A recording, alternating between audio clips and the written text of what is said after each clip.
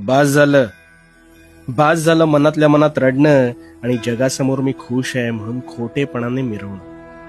प्रचंड त्रास होतोय तुला. बाहेर पडायचंय ना यातून. कुठल्याही निरर्थक विचाराला कुरवाळत बसायचं नाही. कुणीही काही मनाविरुद्ध बोललं, खटकेलंसं वागलं तर ते बोलून मोकळे होतात. तू मात्र त्याच विचारांनी रडत बसतोस, स्वतःला कोसत बसतोस.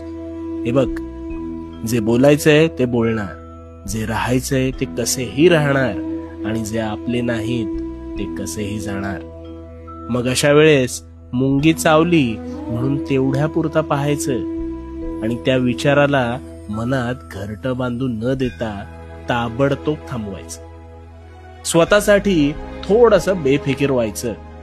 आणि सगळ्यांचा समाचार घ्यायला मी आहे ना, त्यामुळे भिवू नकोस.